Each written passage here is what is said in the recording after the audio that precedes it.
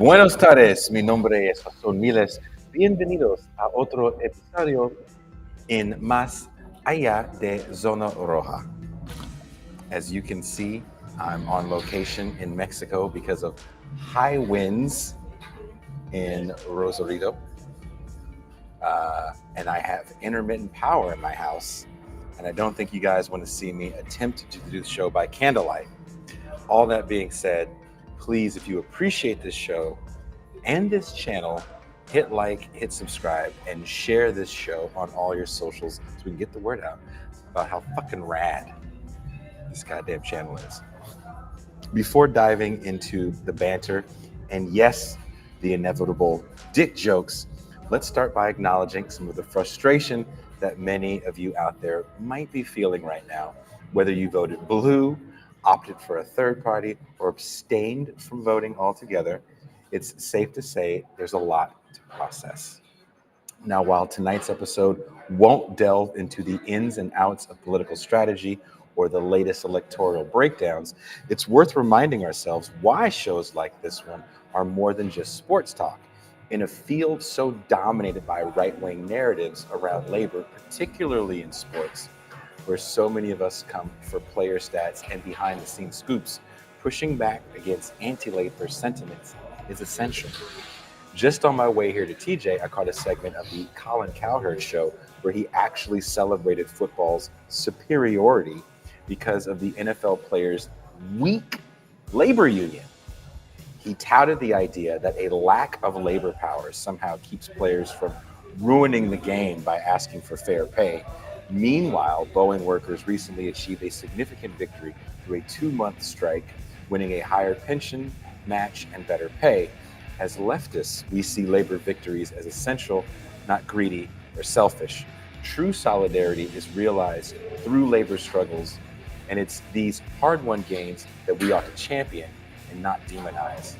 All right, with that necessary preamble out of the way, let the dick jokes begin. And I bring in my co-host, Matt.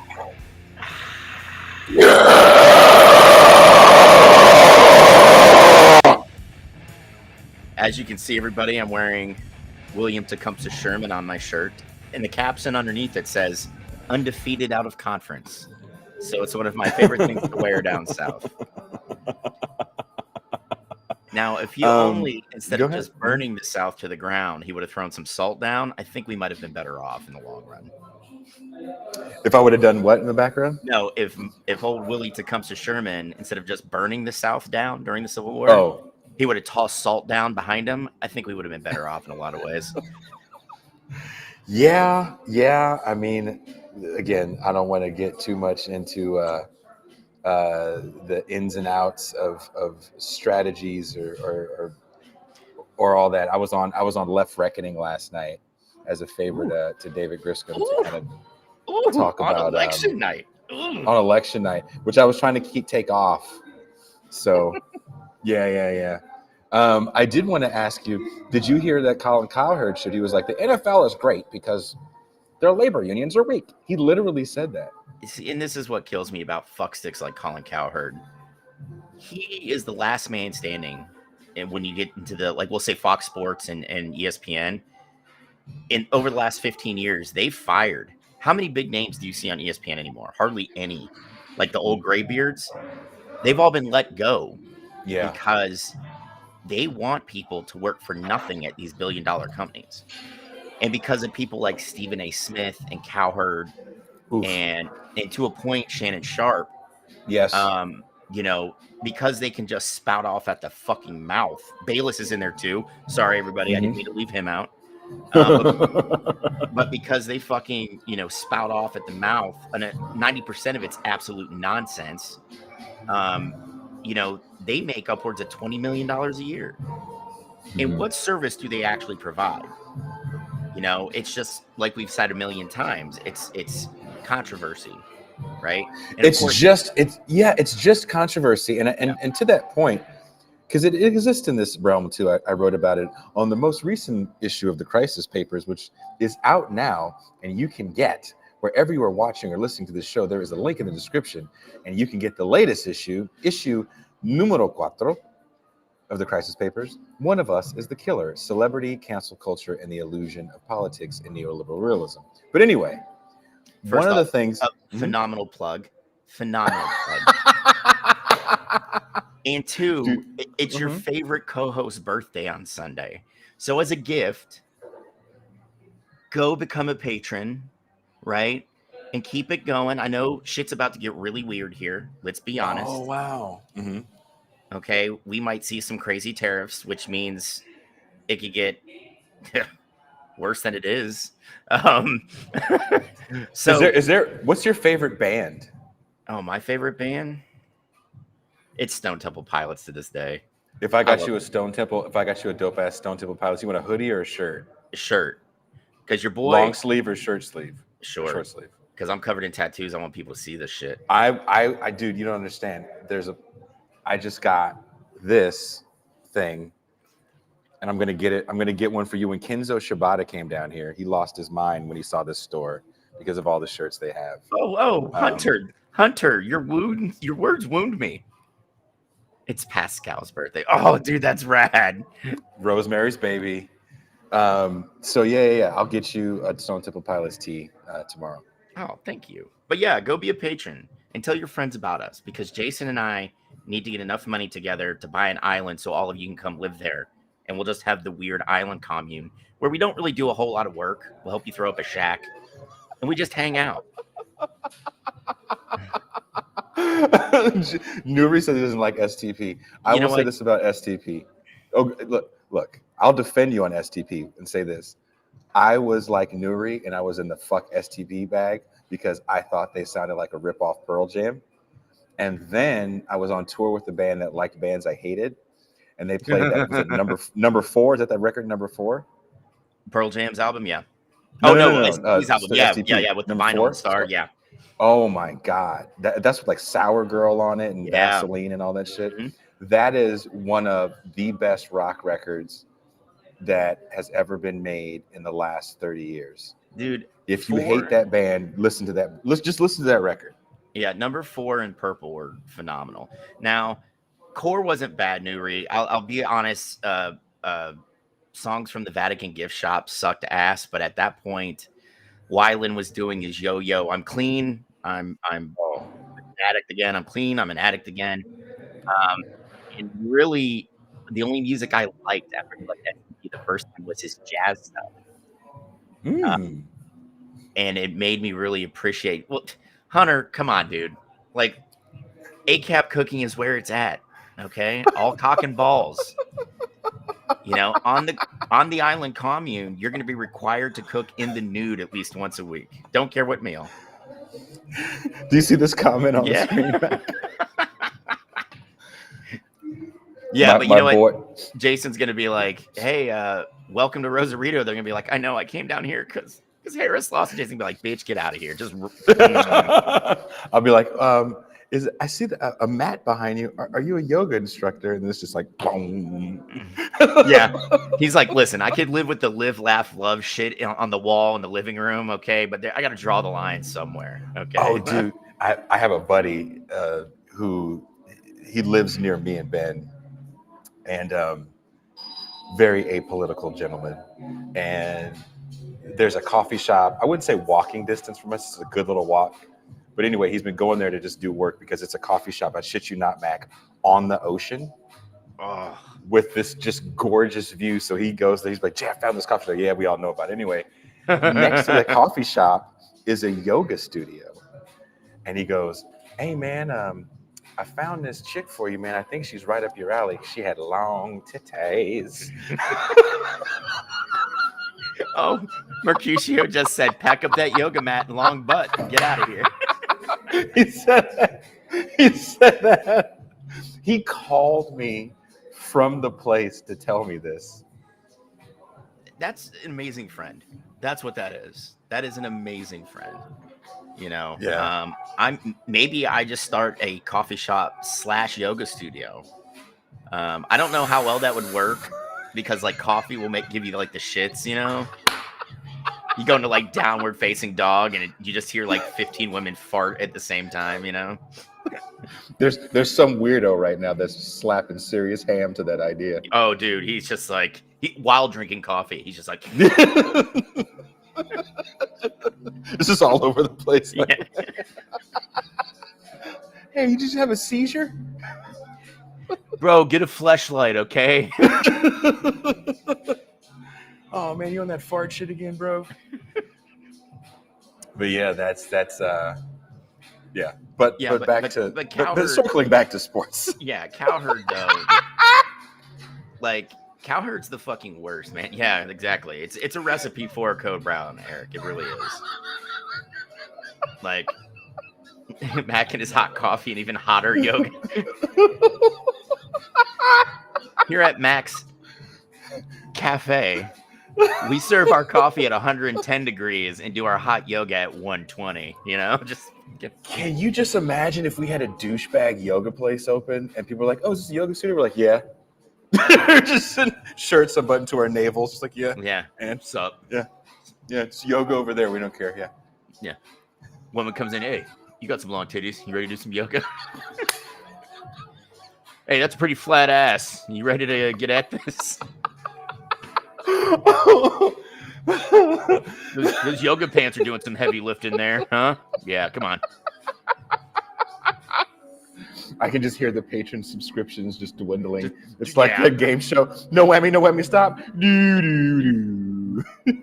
Like you open up Patreon, it's like -43. I owe people money. Like, What the fuck? Just the amount of hate mail. I didn't sign on for misogyny, the revolution. Well, I don't know what to tell you. Yeah, Cowherd though, like he's made a career off of just like flapping his gums with nothing of substance coming out, and it's really not surprising that this man is going to sit here and say, "Oh, the NFL, you know, has this week."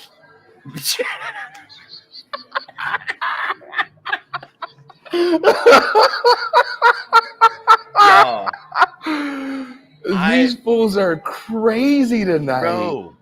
You know what? I love it. I'm ready for it. We needed it. Oh, this is Vikram insane. Top.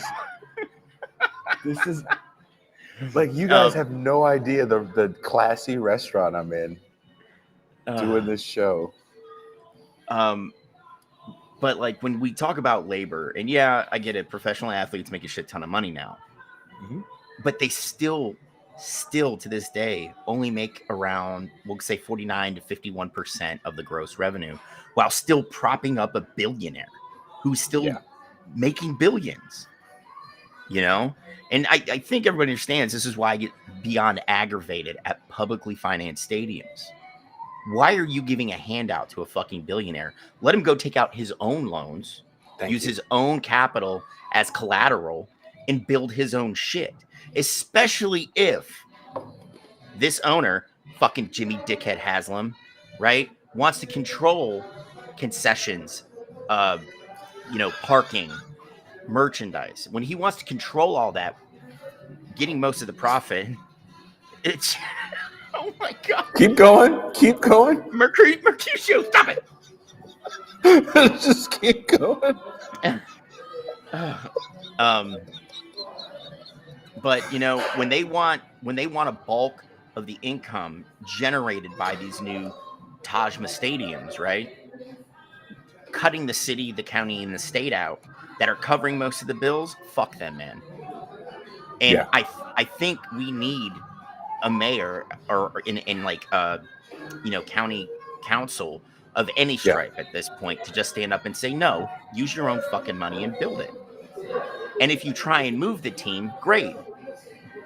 We'll sue. It's that simple, you know?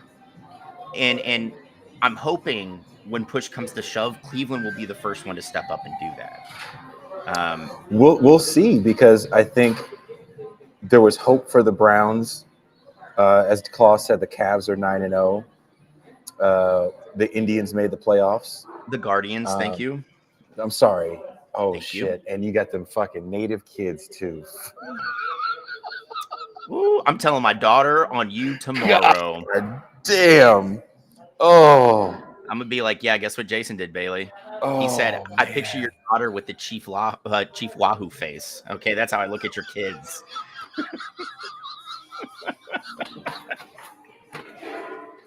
And then he called the Guardians the Indians. Can you believe that?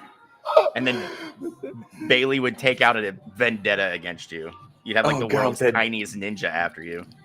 with the Jimmy Durante nose. I'm so sorry. Yeah. I Mhm, didn't. mhm. You I know. mean, I hate, like, Cleveland's a football town. I think we all know that. But I think with the success of the Guards and the Cavs, especially like the post second time around LeBron Cavs, because you got to think after LeBron left the first time, we had a lot of down years. Like we tied and set the NBA record for most losses in a row in Kyrie's first year, right? But coming back after he left and kind of setting up the baby Cavs, and we have this phenomenally fun team. They are so fun to watch. Um, you know, I think a lot of Cleveland fans, especially with the stadium shit, are kind of like, well, that and the Deshaun stuff, are kind of like, bro, we just need to fill seats at like Progressive in the queue. And these guys, like, the Browns could be something we do. Um, but yeah, man, I want to see politicians stand up and just refuse to bend over for these owners anymore. I also And want to see beyond politicians. I want to see people in mass. I think what we saw with Oakland was a public frustration to the point where we had and it kind of went viral. There's a longtime sportscaster. He's been on TV probably max since I've been like 11 years old, and he's been talking about the news, and he's been apolitical the whole time. I couldn't tell you where this man leans politically because he's just a sports guy. yeah, He went off on the greed of the Oakland A's owner and how he failed an area. And I think a big reason why a lot of people in the Bay Area are so emotional about Oakland is because we were already mid, as the young people say, on Al Davis because of what he did with the Raiders. yeah, It was moving the Raiders for a better deal in Los Angeles and then coming back almost with the tail between your legs. And they haven't really had a great team in Oakland. There's that Super Bowl team and the team that lost on the Tuck Rule game. I guess right before that there was the team that lost to the Ravens. yeah. They had a small like The Gruden window. Let's call yeah it the Gruden window. yeah The first Gruden window of being a decent team, but they weren't good for a long time. Then you get a Warriors franchise that forever was like, again, mid, as the young people say. Then you get Dynasty Warriors, and they then take that dynasty into San Francisco, Yeah. and it left this because everybody played in the same little sports park, and it left this massive void in a place that never, I repeat, never had any sort of build out for entertainment. And the A's have been there since what, the 60s? yes And the same with the Raiders, but there was never like a downtown area that you can imagine because it's not downtown.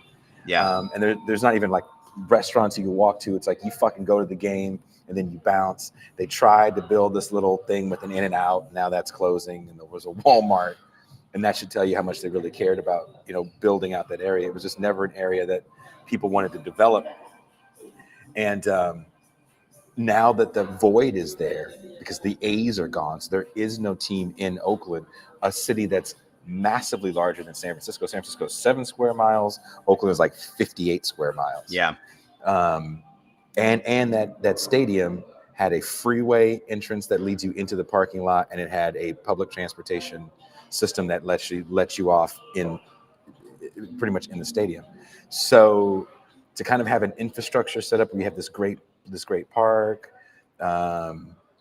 great fans to a certain extent, and to leave, people were really mad because that void was filled with the unhoused. And so it's just like a massive encampment yeah on the street where they played, kind of all within the parking lot. Like it's a gnarly fucking spot to be around right now. And when people think about Oakland, they kind of think about that. And there's some people that go, well, that's why they left. And there's some people like the sportscaster, surprisingly, that was like, no, you kind of made this. yeah because you guys middle fingered the city. Yeah, and Oakland didn't steal the A's from Philly. They stole them from Kansas City. It went Philly, Kansas City, then Oakland. But yeah, I mean that's the thing. That family, that owns the A's, that's the Gap, store family. And granted, Gap isn't what Yeah. it was in like the 80s and 90s, but they're still fucking billionaires, right? Yeah. And the thing is, Fisher went to the city of Oakland knowing the economic scene, what's going on economically in the city, and said, listen, we want, a port side, entertainment district with a 35,000 seat stadium, hotels, place to put bars and shopping centers. Oh, and guess what? We want you to pay for it all. What mayor in their right mind is going to say, you know what, man? Yeah. Let me, I'll mortgage the city's future the way Miami did to build Marlins Park, where they're going to be paid, in when that baseball stadium's, I think it's been open for 10 years now. It's got another 15 years before, the new ownership group's like, hey, man, we didn't really build this. We want a place to call our own. We're going to need you to pony up 80% of the cost for a new baseball stadium. And now keep in mind, the city of Miami took out loans with like 30% interest to cover like $300 million. And Miami-Dade County chipped in another 350, half covered with loans and the other half by a bond issue. Right. Well, I mean, the thing is, Mercutio, with the Chiefs, Kansas City, Kansas just wants to be known as like a city, like the way Kansas City, Missouri is. But while the populace of Kansas City, Missouri said, no, we don't want an increase in taxes to cover a new stadium for the Chiefs. Now, keep in mind, this is a team that's won 3 Super Bowls in 4 years. And they're looking at being the first 3-peat team ever. Exactly. But, what didn't happen is with the voting measure being voted down, the team and the Hunt family didn't say, well, fine, we're going to look elsewhere. They said, okay, let's see what we can do to keep, the Chiefs here in Kansas City, because you got to think Kansas City never should have had a team. The only reason the Chiefs are there is because they were originally called the Dallas Texans. Yep. In the AFL. And when the merger hit, they were like, we can't put 2 teams in Dallas. So they opted to move to Kansas City because Kansas City essentially built that stadium sight unseen for the Chiefs, so I don't think the Hunt family, especially considering that Lamar Hunt is like beloved in the city, the Hunt family has a lot of ties in Kansas City. And the fact that, Kansas City, Missouri is nuts about, the Chiefs. I don't think they're going to leave. Yes. I think they're just going to, there's going to be maybe cantankerous discussions about funding.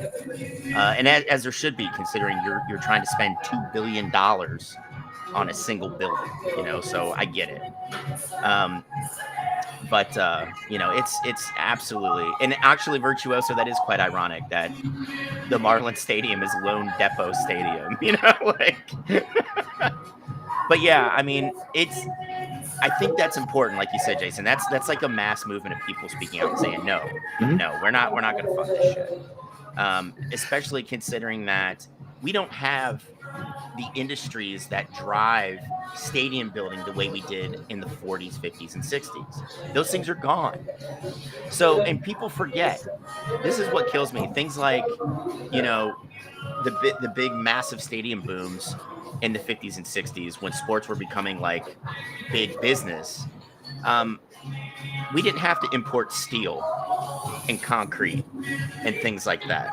Now, most of that stuff is imported. It isn't something we can just put on a train and have, in a city that's building a stadium right there. All that shit's imported now. So, I mean, let's go share. Thank you for sharing this moment with me. I'm in a... You can't mute myself. I'm so sorry. I mean, this is like, yeah, dude, Cher's gonna do it. Um, and that's the thing is, I'm not trying to make excuses for, the um the price of these stadiums, the exorbitant price of the stadiums. But that has to be factored in, and that's why we're never going to have, you know, shares taken down a lot. Okay, she's taken down a lot. You let her live, in the words of Ted Lasso. Okay, um, but yeah, I mean that's something that has to be factored in. Now, I think that's a great thing with Kansas. Um, and I really hope we can start kind of holding these billionaire owners accountable, so maybe they can start building their own shit and stop sticking us with the fucking bill. Oh, and on top of that, fuck Cowherd. Guy's a fucking douche nozzle. That should be the name of this episode. The Dodgers won the World Series. Did you I know, see it and I saw coming? her. I dude, yeah, And does look? I hate the Dodgers, I don't know if Ben Burgess got this on his show.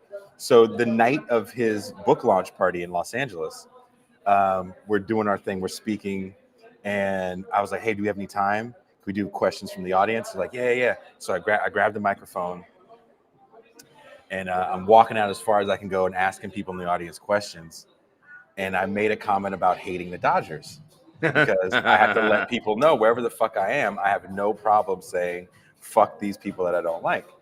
And so someone goes, "That's bad.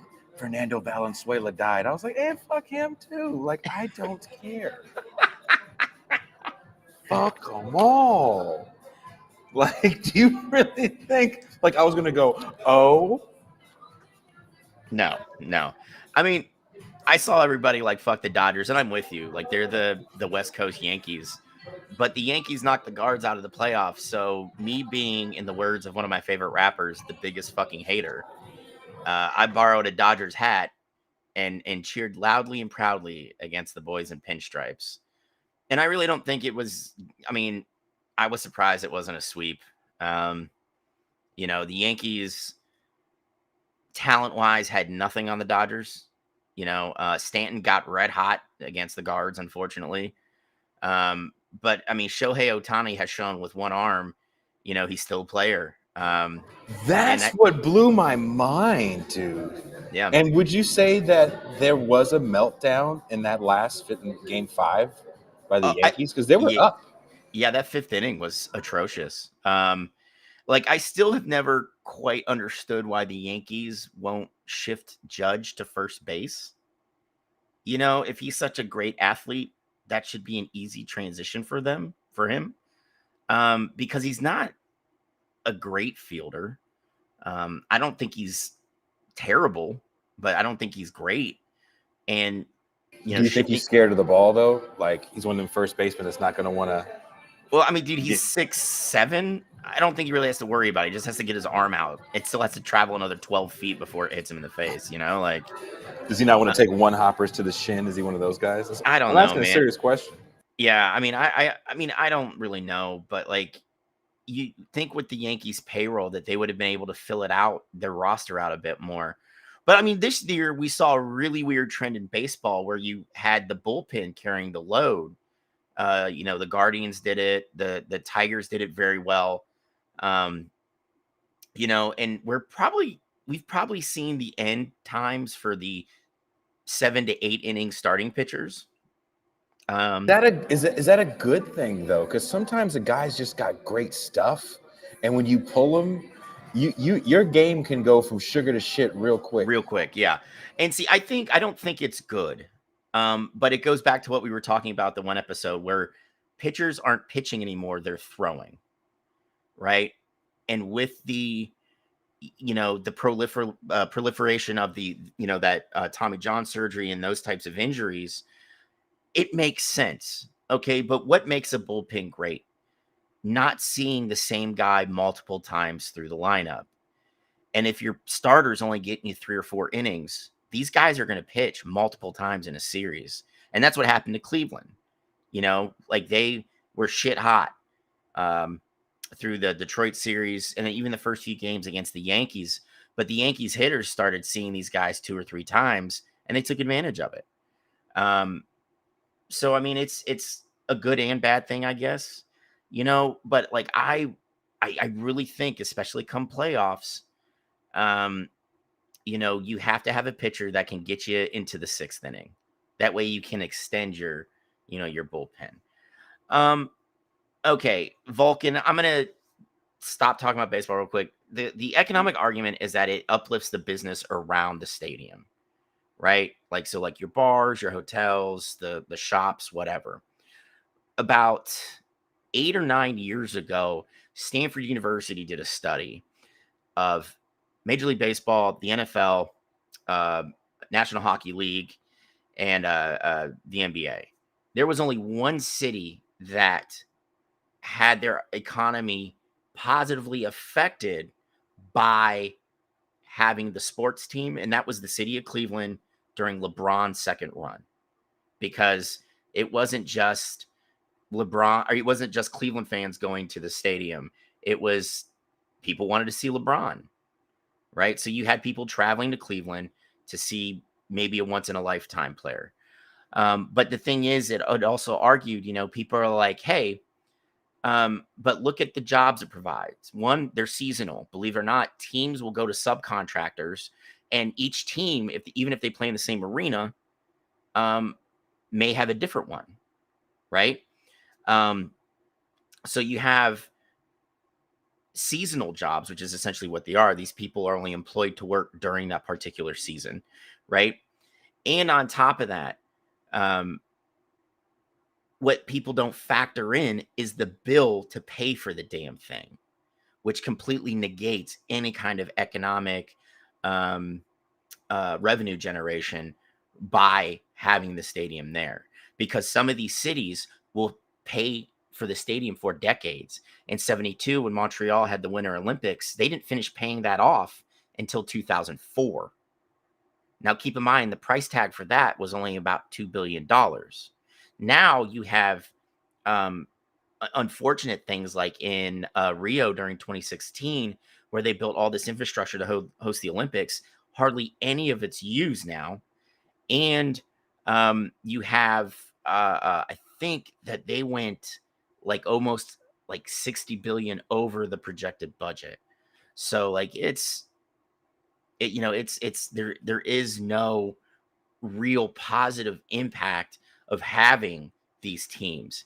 It's more of like it's like a badge of honor for cities to have more than two of the big two, the NBA, NHL, NFL, and MLB. And for whatever reason, mayor,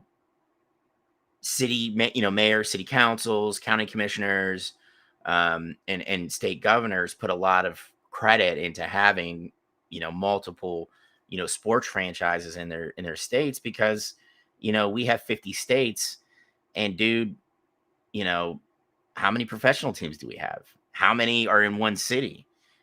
People forget that's why college sports was so big down south, because they didn't really support professional players. So I mean that's why honestly we have a lot of the issues with college sports that we have now. But yeah, I mean, I think the Dodgers are have such a huge bankroll. I mean, they're talking about they might sign the one kid from Japan. They're going to make a run on Juan Soto. I wouldn't be surprised if they go after Pete Alonso as well. I mean, why the fuck not?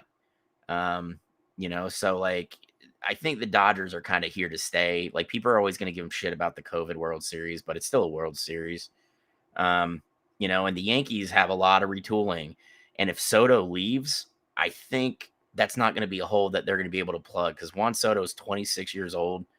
And he's one of the best players in Major League Baseball, just hitting his prime right now, getting ready to walk into probably like a 10 or 15 year, like $600 million contract. So like, I think next, when we get to the hot stove time, I think in December they have their league meetings, and free agency will open up shortly, either before or after.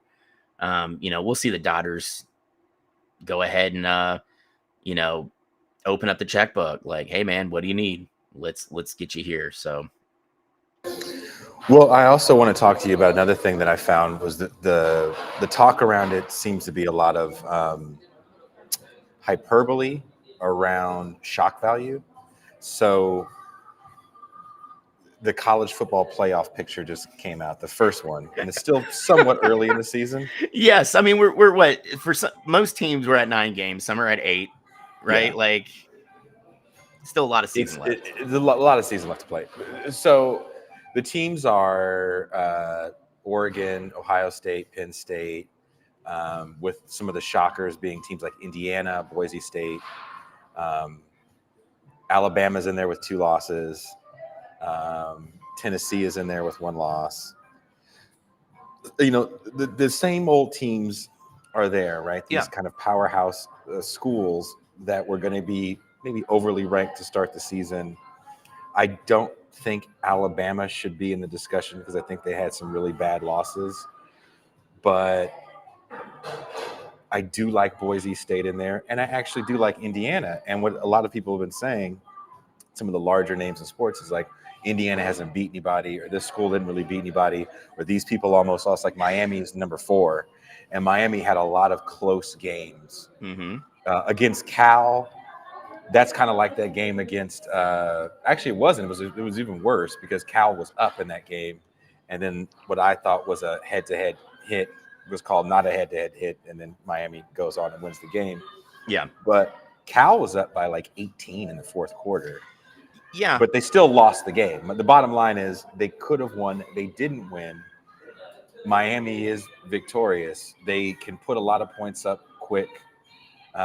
They might have a Heisman Trophy winner on their team. Yeah. Yeah. Honestly, I think it's going to come down to Cam and Hunter out in Colorado. It's like Dion heard me talking shit about him after like the 2nd week, and he just went on this run. So, you know, when I said that Travis Hunter won't win the Heisman because players on losing teams don't win it.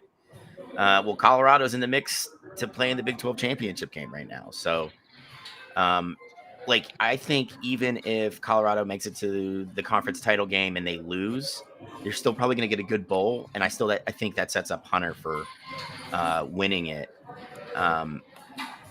You know, Virtuoso, that's Kurt Signetti. And it was corny, but corny works. That man doesn't lose. He built James Madison into a fucking power, right? And he took his kind of football to Indiana, which is a perennial doormat, tops out like a 6 or 7 win team. And he's turned them into a team that didn't trail in a game until last weekend. The entire season. Indiana. I haven't seen Indiana look this good since Penix was there. And that was what, like 15 years ago? Yeah, almost. You know? And I don't think that they even looked that great with Penix, just because Penix was such a great when he was healthy, mind you. Yeah. Excuse me, mind you. You know, he was kind of a transcendent player on that field. Signetti brought players to Indiana. Like he had 11 people, which is crazy. Well, dude, he brought 11 dudes from James Madison with him, and they're like, dude, we just moved up into FBS, and in our first year won 10 games, and we weren't even allowed to go to a bowl, you know, because of the rules. And when you see shit like that, you want to play for that dude, you know? And he recruits home exceptionally well. And on top of that, he's got, you know, recruiting hooks in Virginia still, which puts out a ton of talent, you know, into North Carolina. So, you know, there's a lot of good football players in Virginia and North Carolina that do not stay home to play college football because the college programs there suck. So, Yes. you know, I mean, it's just that's how it is, man. And Signetti, I mean, Ohio State can't go into that game thinking we got this. One, their offensives look shaky. I'm glad they started running the ball better last weekend. But this isn't the Indiana team. You can just throw your jockstrap out there and be like, we got it. They'll trip over it, you know? No. Like, it's not that team anymore. They need a big signature win, and I don't know if they're going to get it this year, but it is fun to see them on the rise. You know who I would have loved to see play in the college football playoff, and they might still have a chance to get in there, who's a very fun team to watch? UNLV. UNLV is fun to watch. If UNLV wins the Mountain West, I don't think they're going to be the top-ranked Group of 5 team. I think here's the thing. With the 12-team playoff, the top-ranked group of 5-team champ gets in, right? If UNLV wins the Mountain West, that's going to leave Army if they run the table. So can you imagine Army running the triple option, I playing love like it. Tennessee in a like a I first round fucking game? love it. I Um, I want to see a return to shit like that. I want to see Lamar run the triple option. I mean, the thing is, it's like we're getting a lot of weird teams. Like Army finally decided to join a conference, and they Army joined and Navy, by the way. Yeah, I mean Navy kind of got knocked out. They've had a couple losses, but I think they're gonna have a good season still. But like we're seeing kind of a small school resurgence, and I think a lot of that has to do is we still have realignment dominoes that are gonna fall, and Yeah. these small schools don't want to get left out. Yeah. Now, as far as service academies go, we all know their athletic department is funded by U.S. taxpayers. I don't want to see them chase a big conference because of the recruiting rules. You're not going to get guys that are going to be able to play a Big Ten SEC schedule. You're just not going to. Now, if we see kind of like the death of college football, and the tea leaves are kind of showing that, and they go to these two mega conferences that's being kind of projected. And if we all talked about the the venture capital funded plan. I mean, Army's going to either have to stay with like the group of 5 or drop down to FCS. Oh, hey, iridescent. I mean, okay. I agree with your first comment. Sports needs energy directed at it because it's a great organizing tool. And that's something a lot of leftists forget. We really need to use every available tool to organize. Sport is a great way to do that. I really think in local communities, But can I add to that? Sorry to interrupt you. absolutely, dude. It is the fear of having these kind of conversations with the lowly proletariat or engaging in anything that they would engage in that kind of makes people somewhat elitist, and why nobody wants to be a part of your club, because you want it to be so fucking elitist. It's like, no, you're not a blue blood. You do that thing that the peasants do. Yeah, and that's the thing. If you're really trying to start a movement at the grassroots level, you meet them where they are. People love sports. Like I'm an old fucking socialist, dude. I think you could tell by the gray in my goddamn beard. A lot of this is just the disappointment of being a lefty in the United States in the late 19th and early 20th century. Um, but like, hey, Nuri's absolutely right. A lot of bigger cities have 2 soccer clubs. Why? One was for white collar workers and the other was for blue collar workers. And a lot of workers' unions started out of the blue collar clubs. We need to get down to where, we can have the best connection. And that is on a field of play, right? That is, in like, I made this argument in a reading group. If you fucking play tabletop like Warhammer, get a group of people to go and fucking have your battle, talk about theory, right? Like, get out there and meet people where they're at. That's how you build a movement. A movement should not be, homogenous. It should not be that, right? It should be the big umbrella, the way Eugene Debs set up the IWW, right? We welcome everybody. So like sport is important, and sometimes it's okay to unplug from being a serious, and what we're trying to do is serious business, but sometimes you have to unplug from that, take a fucking timeout and do something fun. Otherwise, you're just going to be very, very, very depressed. And honestly, things suck as it is. Don't add to the depression level. Jason, you're still muted, bro. We don't know your folks, so this is not a knock on your folks. This is more of a kind of an overall, bigger overarching statement to say, like, don't be afraid to. We say this almost every week to have a leftist bowling league. It doesn't have to be called the leftist bowling league, by the way. No. You can call it like the hammer and sickle, something like. We should have a TIR paintball fight union revolutionary cell and knitting club. In any club. I'm all for that. By the way, they did sadly move the paintball place that was downtown Rosarito, and because they spelled it phonetically, as they would say it, because there's another word for paint here. Okay. It was painball. On the marquee was a painball. I was like, I don't want to go to your fucking. Well, I mean, it's not wrong. It is not wrong. You get hit with a paintball in the wrong place. It hurts. It's not fun. It is painful. It's totally painful. Also, before we go, because I know you don't have long, and I hope Shaka Khan doesn't get the stream pulled down right now. But there were some big trades. We love you, Shaka.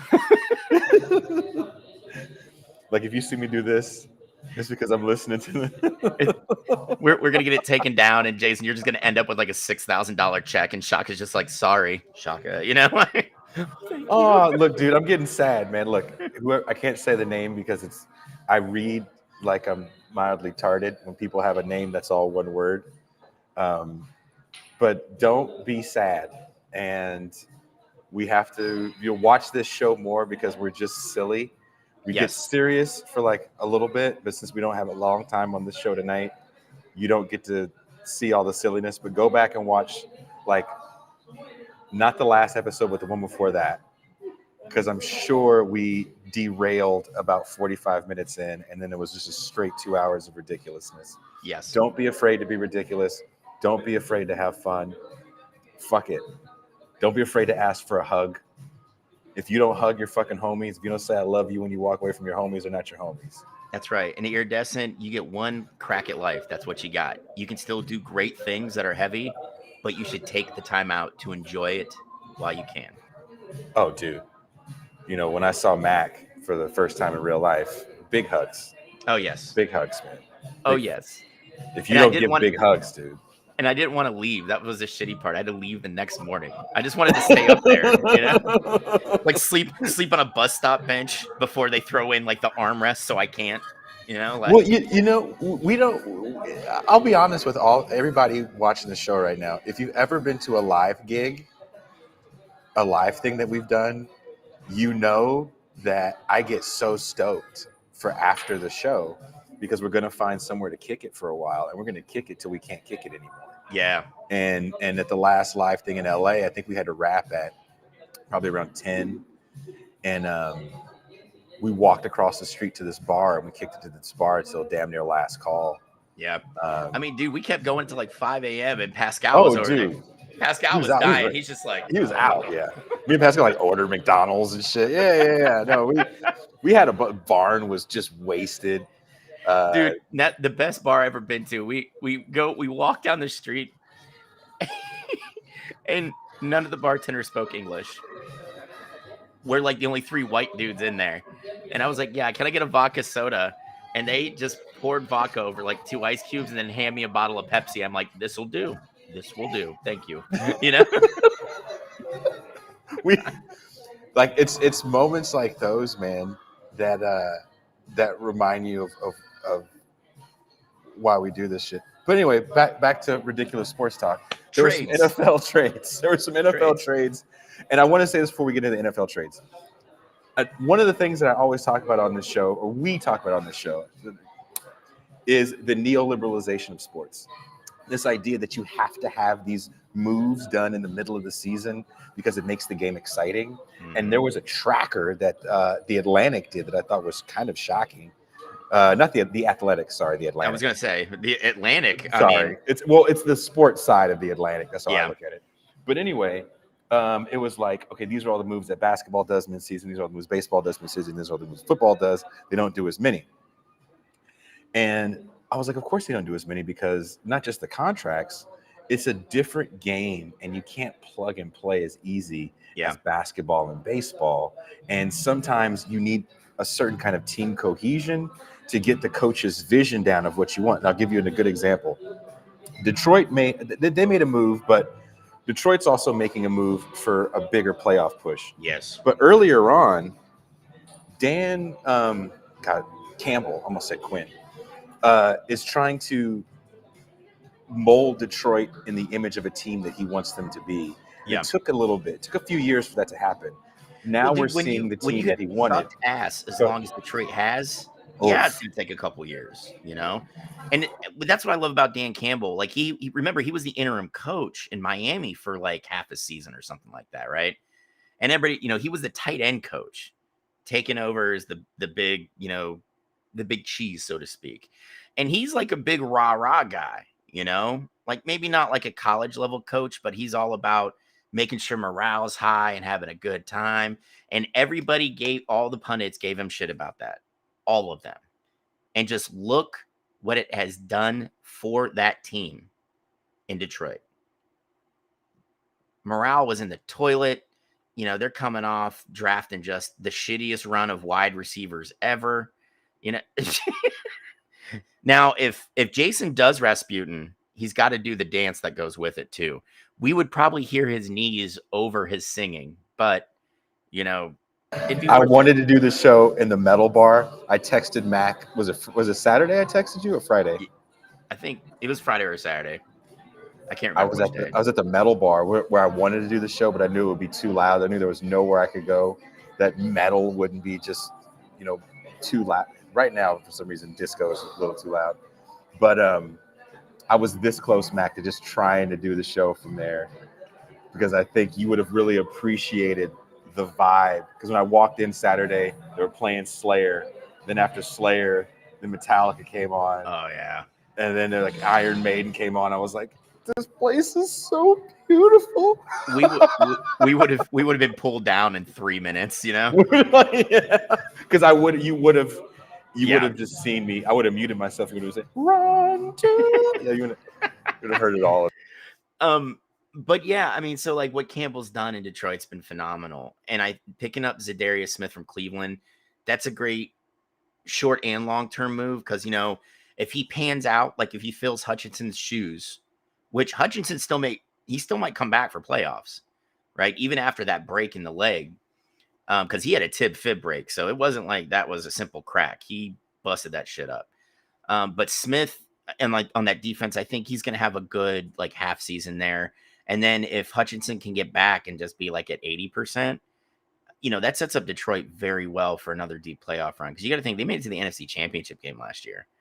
And they're just hitting on a whole other level right now. You know, last year their defense was kind of like the weak link, and that defense is still not. I mean, I think they're like 15 or 16 out of 32 teams, but getting that kind of improvement has just elevated them, you know, in their play, because their offense is phenomenal. This is the one time where Jason was right about a Pac-12 quarterback. So, you know, we're going to give him his flowers for that. Good job, Jason. Well done, sir. But, you know, Goff looks phenomenal in that system. He's got people to throw the ball to. Everybody gave Detroit's front office shit for drafting Jahmyr Gibbs, and look what he's done. Another one in that long line of phenomenal Alabama running backs. You know, so like they're set up for long-term success. In a way that a lot of teams that have, you know, young players aren't. And dude, Darnold, oh my God, dude, get off his nuts. Dude, you're already fucking his wife, okay? You're already fucking his wife. I think that's enough. You don't have to give him props every time you can, okay?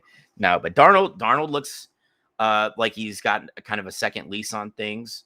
We'll see what Minnesota does next year when JJ comes back. You know, I mean, I don't think so, Virtuoso. Like, I think you can kind of, you know, give him soft pushes, give him, you know, 10 to 15 plays a game if he gets back towards the end of the regular season. I think I just hope Hutchinson doesn't rush Well, what if back. Zadarius Smith is the answer and he can come in and fill that role and they have enough defense to Well, what make I'm a can long you run to the imagine playoffs? Smith on one end and Hutchinson on the other? That's going to be hell for any quarterback. Well, I didn't realize that Darius Smith's numbers were better than a lot of the top guys right now. Yeah. So again, getting a guy that's, I would say, in his prime, kind of peaking. Let's just say peaking, right? Yeah, I Not mean, quite hitting the back nine. yeah. See, the thing is with Smith, he's getting to play with Myles Garrett, so that opens him a lot while Garrett deals with double teams, right? Um, you know, but everybody's a lot of the knocks against the trade were how's he going to deal drawing double teams himself? Well, he's had a pretty good career. He's not, yeah, like you said, he's not on the back stretch. He's getting there. Like he was this is a great short-term fix that could turn into something long-term. For the Lions to solidify that defense even more. I really like that one. I like the Marcus Lattimore trade by Washington, which having a lockdown corner, and I think everybody's been pleasantly surprised by the Commanders this season. In a pass happy league, it does not hurt to go out and get a good corner. I think that'll pay dividends for them, especially when we get towards the later part of the season when guys are tired. Maybe your pass rush isn't as potent as it was. Is Washington the real deal? Maybe look, everybody asked this question, and I don't know. I believe it hasn't happened in the Super Bowl era where a rookie quarterback has led a team to a Super Bowl. Dan Marino was in his second year in '84. Yeah, and I think wasn't Roethlisberger in his second year in Pittsburgh? He was in his second year in Pittsburgh. Yeah. I don't think we'll see that this season because we still have Pat there. Jam City. And if you can't afford to party in Jam City, you get on the ramp earlier and go to Pound Town. Okay, like Pound Town is like the low rent version of Jam City. Yeah, you just make sure you double bag it when you're hanging around in Pound Town. Ooh, that's all I'm saying. You really got to double bag it in Pound Town. Yeah. Hey, well, Lefty, I'm good. Thank you for asking. No surgery. It's just gonna be physical therapy, which I'm very happy about. I refuse to go under the knife and get cut on again. That was awful the first 2 times. The third time did not seem like it'd be a charm. But I don't think we're going to see 2 rookies in the Super Bowl this year. But I think Jaden Daniels has done enough, and maybe over the next few games he can solidify it. But I think that's going to be the offensive rookie of the year. I'm okay with that because, first of all, I do think Caleb Williams is still the better of the 2. It's going to take him a little bit longer than Jaden. For me, it's never the first season. It's what you do after teams kind of learn how to adjust to and you. I think we're seeing that with CJ right now. Yeah, we're seeing that with CJ right now. CJ's really having a sophomore year kind of struggle. And it doesn't help that his top 2 receivers are out. Yes. But CJ is on the struggle bus right now. But yeah, I think overall Jaden Daniels is probably going to be our offensive rookie of the year. And I think that's a good thing. But Jaden, he's been phenomenal. Very accurate in a way that I wasn't sure he would be able to be. His accuracy. Wait a minute. Let's talk about this for a second. This kid's accuracy is what's really blowing me away. Also, how open the receivers are. Let's talk about this. And everybody's been talking about this, but I only want to spend 2 seconds on it. Washington had such a revamp, not just a new coaching staff, but a new ownership group, a new front office. They brought in a guy who some would say is a failed offensive strategist in Cliff Kingsbury, but it looks like it's working very well with Jaden Daniels and that team. And when you saw Marcus Mariota come in for him in relief, they didn't miss a beat to the point where I was like, and I heard Max Brown say this about Marcus Mariota, and I agree with this 100%. 2 guys that would have benefited greatly from playing in this current era where we're going to cater the offense around your strengths. Vince Young, Marcus Mariota. Yeah. Those 2 dudes would be you wouldn't talk about Zach. Zach, what's his name? The guy in Buffalo. I can't think of his name right now. Josh Allen. Josh Allen, Zach Miller, Joey Chestnut. Yeah. No, like, and that's the thing. I think Cliff is one of those guys that should stick to being a coordinator Yes. because he's shown that being a head coach is too much for him. You can get away with shit at Texas Tech, right? Like, Lubbock loves you if you can just pull off some 8 and 9 win years, and then occasionally you have that big bust out. You know, look how long Mike Leach was there, right? But he can have a phenomenal career as a coordinator. Monty Kiffin did that. He was a defensive coordinator for like 30 something years, man. And I'm sure he had interviews to be a head coach, but like, why do it? You start making big money when you're the specialist to that level. Yeah, they're going to start paying. Remember when Washington had hired when Steve Spurrier was there? Was it Monty Kiffin was the defensive coordinator? Who was the D coordinator? There was a big name.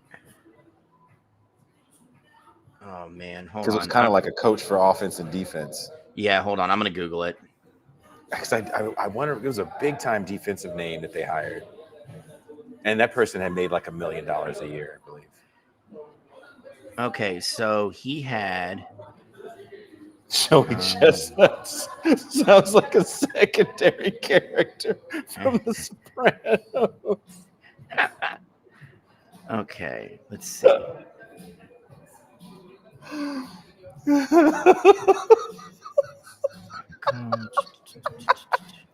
Well, that didn't help me out. This is bullshit. I just got to say, before this stream ends, Kuba said the phrase late pre-cum in the Discord yesterday. Oh my God. Wow. I can't remember his name off the top of my head, man. But I can't remember who it was. I can't remember for the life of me who it was. But it was a big time defensive name. They had a big time offensive name as a coordinator, and I just remember that they were paying the coordinators like big time money to come in there. Yeah, because when you get to a certain level and you don't want to. Mac is right. Not everybody wants to be a head coach because you take on all the responsibility. And your leash is always this long. As a coordinator, you can outlast. I mean, look at Chip Kelly. Chip Kelly resigned as being the head coach at UCLA to be a coordinator again. And honestly, I don't think we see Chip on the sideline as a head man for a while. I think he just wants to coach, and that's gooner knowledge.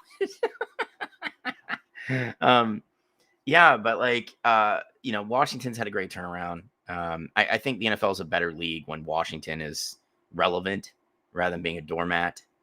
And the thing is, we had a lot of like smaller trades, and honestly, I think the best one, and we saw it on, what was it, Monday night?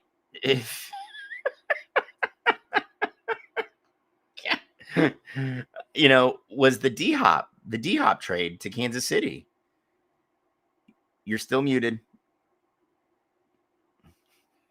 I think this is Bruno Mars playing, and he's definitely a stream killer. Oh yeah, but D-Hop is a fucking beast wherever he goes. He's been in the league for what, like 12 years now? It's something like that, yeah. And you got to think, such a great receiver. And the rapport he built with Mahomes off the jump, just phenomenal. Tony, I think Riley gets the hook after this season. I hope not, and I'll tell you why. This USC defense, in my opinion, looks worlds better than the defense from a year prior. When you're the worst defense in the NCAA, yeah, and the Trojans were. But if that was the ranking, they deserved it. I don't know off the top of my head, but I will say this: the defense looks worlds better. They were inches away from beating Michigan, Penn State. Minnesota? Yeah, they had a lot of all their losses were really close. Are close, but it's also a lot to do with Riley's bad coaching. He doesn't coach well under pressure, And the Trojans' defensive coordinator is a guy who was Chip Kelly's defensive coordinator last year in UCLA, and he got them from being the worst in their like low 80s, high 70s right now, which is a huge jump. There's over 130 teams in the FBS. You know, but the thing is, Lincoln Riley became a big name coaching in a offensive happy league, the Big 12, right? USC saw that and was like, this is a great shot in the arm. You know, we'll be able to keep up with these Pac-12 offenses, which were very potent. You know, and let's face it, before the Pac-12 imploded, you know, it wasn't going to, it shouldn't have been a difficult league to win with the resources that USC has. Riley's just not a good coach. He's not. You know, it goes back to the conversation we were having, Jason. Like, maybe this guy isn't the dude to get you over the hump, you know? And Maybe it just, he's not. you know, and this, But I had this realization this past weekend. Ryan Day is not going to be the guy to win Ohio State another national title. He doesn't win big games. You know, that win against Penn State was rough. Is a W, but James Franklin's the same way. Those two guys aren't going to get those two teams over the hump. did you see James Franklin tell a motherfucker to come see him? Did you see that at the end of the game? Yeah. I'm a huge fan of say it to my face. I'm a huge fan of that because everybody feels very comfortable. And there was a younger person that was yelling all kind of bullshit to James Franklin. And he stood right there. He was like, all right, why don't you come down here and say it to my face? And that kid said, nope. And yeah, I mean, dude, it's just like that kid in Happy Valley that talked shit to Jason Kelsey, you know, and then called Travis a slur. Yeah. And then he just spiked his phone into the ground. Like, and I love how Jason was not apologetic about it. He's like, you know, I could have handled it better, but this dude said something really nasty about my brother, who is my best friend. And not everybody wants to look. Not everybody. I had a friend was talking to me about the show the other day, and he was like, "Jason, you seem more reserved on the show than you are in real life." I was like, "Well, I don't want to fight with guests." He goes, "But you fight." He goes, "I've seen you at the bar, and someone says something politically, the stranger you don't know, and you go that you don't agree with. And you go, that's not true." But you tell them right there to their face. I was like, "Well, yeah. If it's not true, it's not true." Yeah. But you know, there's a time and a place for everything. And I don't want to foster an environment where people feel very comfortable to come at me with a certain amount of hate, right? Yeah. And the thing is, I don't want that. I don't want either of us to be on that type of show. I don't want us to grow a channel through the Skip Bayless method of staying relevant 30 years after he actually was, you know, like, and, you know, I'm the same way. Like, in person, I'm going to tell you to your face, you're fucked up. I'm more inclined, if you cross a certain line, to like put hands on you. I just make sure I get my nose ring out beforehand because I've had it ripped out once. That shit hurts. Yeah, dude, that's why I always keep the small ones in now, because that dude got like under it with a fingernail and just said, but yeah, man, like I just, that kind of online shit, I'm just like, okay, dude, you know what, have your moment. It's all you. And guess what I'm going to do? I'm going to close this app. It's closed. I'm going to, yeah, I got better shit to do. I'm not trying to, if we're in real life, that's a different situation. Yeah. But at this point, I'm trying not to fight with cats. And my boy is like telling me, he's like, dude, it would do so much for your show. And people like controversy. And we think about how great it would be. I was like, why do I got to fight with people? Then people tuning in to try to tune me up. Like, why would I want to do that to myself? Yeah. And on top of that, I think we are already in a controversial space being, you know, American lefties. Oh, God, yeah. You know, like, when I get a phone call from like some media outlet, they want to know a lefty's perspective on something. And I'm like, one, dude, I have to like work for a living. Mercutio, we don't have to work hard to summon it. It's just there. It is just there. I mean, I lift because it's a good way for me to get out, you know, negative shit. And I'm trying to like get cut because it is cuffing season. So I want to be cuffed at least through February. Can I say this, by the way, too? I'm starting to get pro cats need to start lifting. Like, It don't have to be big weight. You ain't got to go to the gym, No. start juicing. You don't got to have a protein shake every morning. Just there's something about like, oh man, I feel good about it. Like it's okay. It's okay. It is. It's And on top of that, it will better physically prepare you if something bad happens. You know, you got to be able to carry weight, or maybe somebody gets in your face. Just stand up after you've been lifting a little bit. Show them, you know, get those lats out there. Most folks will be like, oh, hey, now we got to go there. And it's like, yeah, bitch.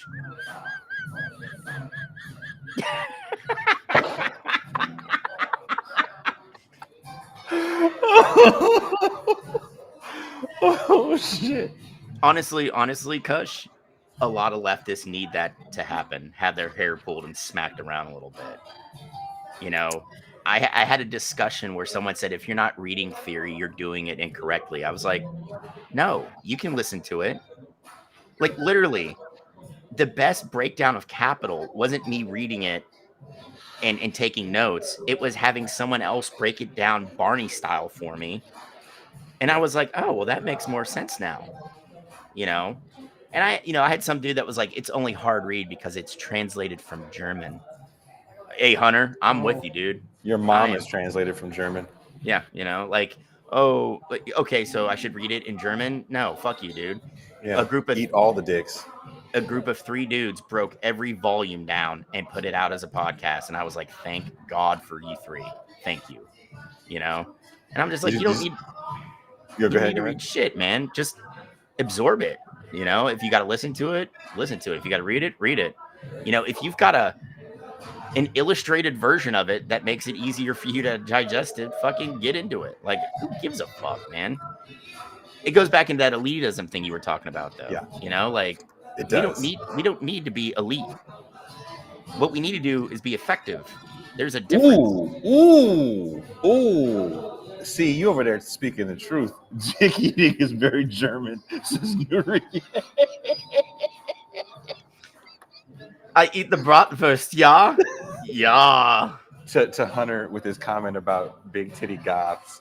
Again, I wish I could have done this show at the bar that we go hang out at, because then you guys would have seen for yourself what I always talk about with Ben Burgess. And then I have a very distinct feeling that I would have gotten a lot of private messages about, hey, I'm in LA. Are you going to be in TJ? Hey, Jason, so I saw like 3 of them when they walked past. You think you can make friends? Because I'm in SoCal, dude. We're just a little bit away. You know, we could like party, you know, like. Oh, dude, somebody hit me up. They're like, oh, I might be by your hood. I was like, oh, well, I'm gonna be in TJ, dude. You know, we'll meet at the bar. For whatever reason, the homie couldn't make it. I think he got stuck in traffic. But I was gonna take him to the spot so people could see for themselves that me and Ben are not lying. And you will go there and be like, oh, this is kind of nuts, dude. Yeah. Like, okay, so I went to the coffee shop I went to called The Witch. Okay. It's ran by this woman, very cute woman, gothy chick. She has like gothy chicks that work there. It's like a really cool cafe with these gothy themed drinks and shit like that. And they're opening a goth clothes store next door. That's like, I was like, oh, is it The Witch doing it? She's like, oh no, it's somebody else we don't know. They're just opening a gothic clothing store next door. I was like, again, if I would have known you women existed, I would have moved here at 18. Yeah. Oh. I mean, that's the thing. Like, guys our age kind of got fucked because we went through that really weird, like, lycra, like pegging your jeans and pulling your socks over them time, right? And then we transitioned into like big hair metal, you know, like big hair and acid wash jeans. And then we got into like grunge, right? And then by that point we're adults.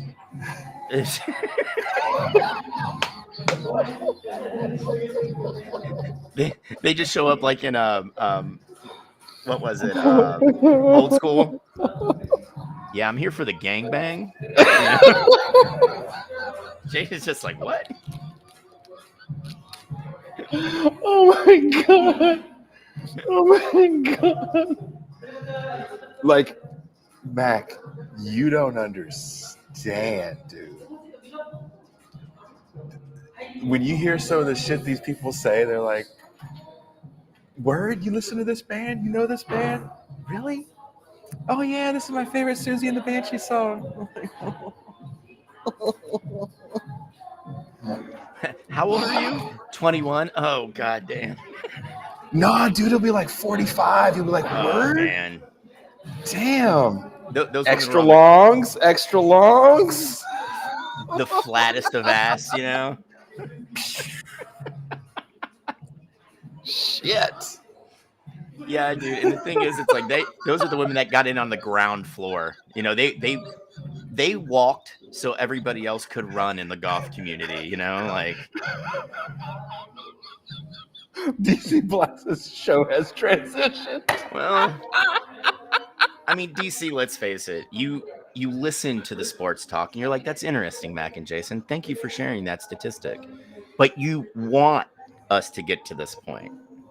That's what you're waiting for. This is the You don't moneymaker. know, dude. You don't know how bad I want to walk. I wish I could. I'm on my laptop, sadly, and I can't. To like, there's this outdoor food court, and I kind of want to show you what's on the way there, so you can see, like, dude, because it's so safe. Dude, I mean, I'm getting the pennies saved. I got my passport. I plan on visiting in the summer. You know, all I ask is if we are kicking off the first, episode of ACAB Cooking, then you gotta at least give me a heads up. I gotta be in the right headspace to like walk out of the guest room.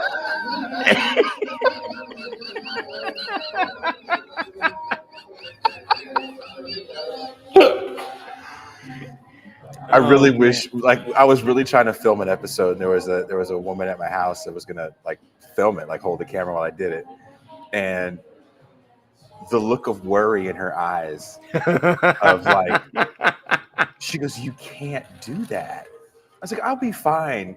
And and we're talking about how we're gonna do it, I'm being totally, and I'm like, make frying bacon or something, and I'm getting hit with it. The bacon grease is like hitting me, and she was like, "You can't." I think like it hit me in the eye or something. She's like, "You can't do this." And so we didn't film anything.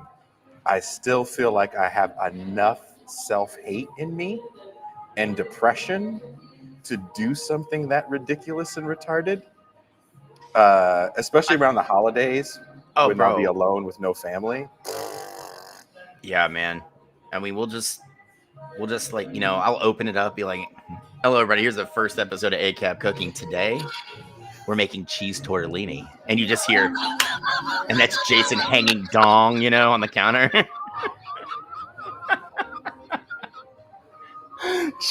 Wait, can I tell you this? Okay, this is a true story. I'll tell you this, Matt, please. I love the fact that no one, I just think I'm so weird American. Of course, So Memes TV was talking to me about, is there something I really wanted to do? And I was like, my dream is to have a show where I could talk about movies and horror movies and music and stuff. And we've been kind of brainstorming what kind of show we want to do and putting together a one sheet and blah, blah, blah, blah of ideas. And so my buddy that I was telling you about this, like Apolitical, he also does like production on horror stuff. And I thought you said production on porn. I was going to be like, I need to meet this. No, he's not that cool.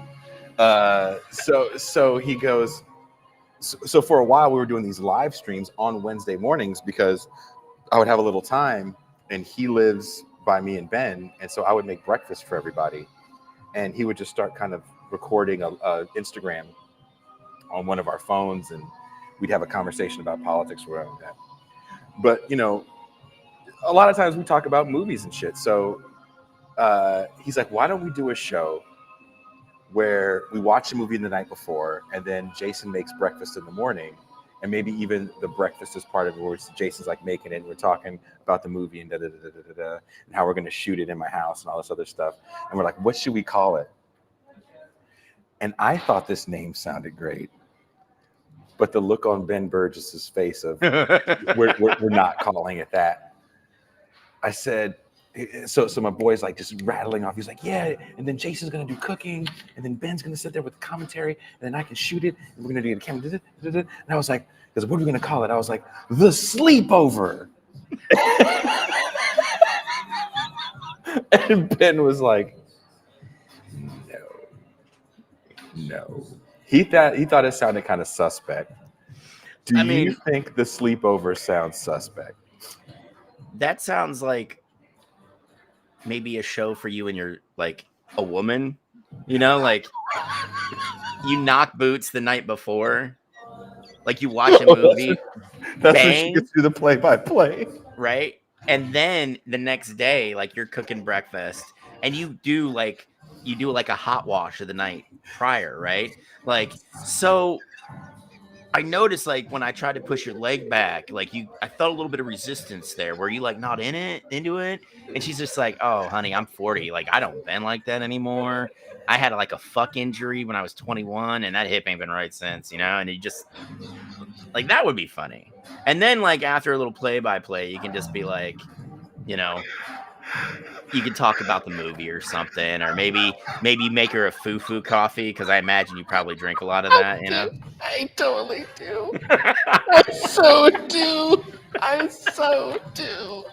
I so do. I've got $20 that says Jason's got a milk frother somewhere in his place. I do.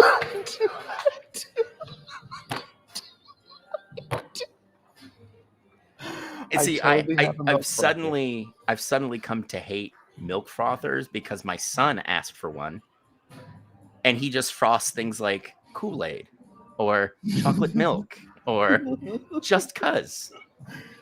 I was like, bud, Dude. you add froth to something because it's, like coffee, and it like adds to the flavor or some shit. I don't know. And he's just like, nah, Dad, frothing calms me down. And I'm like, so you angry froth drinks? There's something about, like, today I knew I was super stressed, and I made a mocha with this special chocolate that I got from this special chocolate place. And it's like a Mexican cardamom chocolate. So it's like a very rich, flavorful chocolate. And I was like, but I had no power. So I couldn't froth, brother. Oh, man. I was frothless. Dude. It's like having a long butt bent over in front of you and you can't do anything. You have to fucking stare at it. Just that. I'm like, and I got this Metallica mug for like 50 pesos. This dope ass fucking Ride the Lightning mug. So I have my like mocha and the Ride the Lightning mug with my special fucking high-end chocolate and shit. Just feeling so pinky out. I'm gonna pinky out my fucking frustrations. And then the power just keeps going in and out. I can't froth, brother. I can't fucking froth. So tell Junior Mints, I know your pain. Okay. I love you, Junior Mints. And sometimes you gotta froth it, brother. You just gotta froth it, man. Okay, Tony, a milk frother is like a tiny little fan, right? That makes it brings like this foam to the top of like a coffee concoction. And that's all I know about it. I drink fucking tea. Nuri can back me up on this. A good Irish breakfast tea is the best. You can't beat it. But my boy Jason, and let's face it, Tony. All right, I'm gonna defend Jason on this one. Something I rarely do with his weird affectations. Okay. We all have something bougie about us. It's when you Gosh.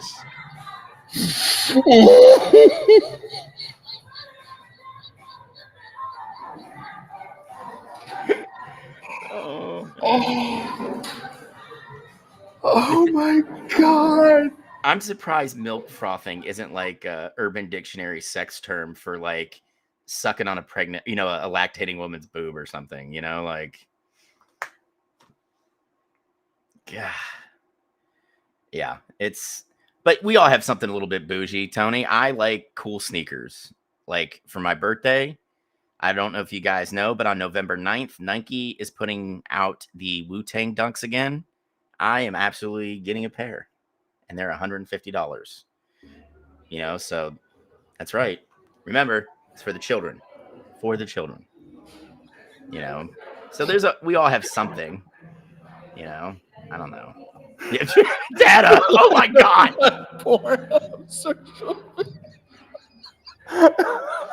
What's gonna be funny is next episode we do. Dad is gonna come back and be like, "Dude, it was so weird because his tongue was just like," and then it frothed. Like he didn't lie. Like Kush really knows what he's talking about. Yeah, Kush knows it.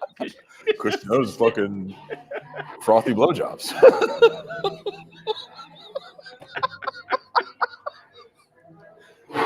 I'm not gonna lie, dude. If someone did that to me, I'd lose my mind and put a ring on it on the spot. Like, Jason's just like,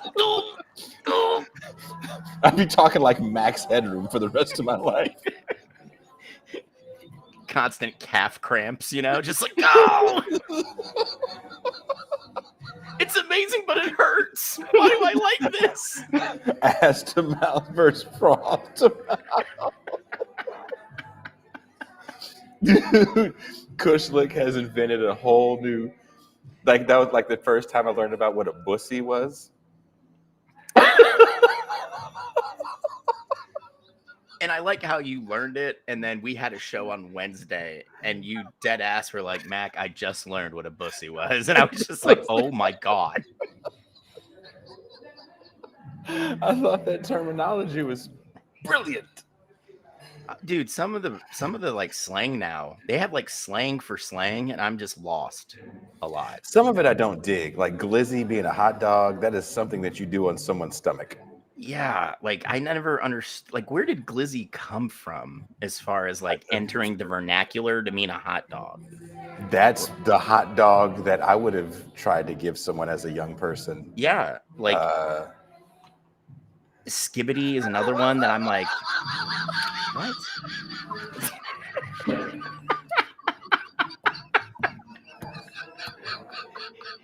Oh my God. I'm surprised Jason didn't say it like someone like pops out from behind him like you called. Jason's just like, oh God damn. That's 2 blocks that way. At the how club. You know what the club's called? Where you get the frothy glizzy? It's called sodomy. Oh my God. It's literally called sodomy. I mean, that's great advertising. Like, exactly what you're exactly what you're getting. It's not like, oh, I didn't know where I was going. You knew where the fuck you were going when you walked in. Dude, Fayetteville used to have a club called the Manhole, right? And we had this new soldier come in, and he's like, yeah, I'm going out with a group of friends. And we're just like, hey, be smart. If you need a ride, call one of us. We'll come get you. Just please, it's your first night in Fayetteville, right? Come Monday morning, this kid just shows up like not himself because he's excited to be there. He's a new soldier, and this Monday hits and he's just kind of like, and so me and my buddy go up to him and we're like, what's going on, dude? Like, you were all excited to be here last week. I'm in the airborne, man. And he's like, we thought we went to a cool bar. Well, where'd you go, dude? The Manhole? And we were all like, oh God, dude. Everyone was so friendly at first. Yeah, that's exactly what happened to him. And he's like, I went in there and I'm looking around and there's no women. It was just men. And I'm like, you couldn't deduce that you're probably not going to meet a lot of straight women at the Manhole. And you could have seen the realization just come over him. He was like, oh yeah, I get it now. And I was like, what did we learn? Don't be a cock tease. That's what you should have learned. Don't go in there fucking flaunting around in your tight little military pants. 21 years old, you're in good shape. Fuck yeah. Tight little fucking bussy.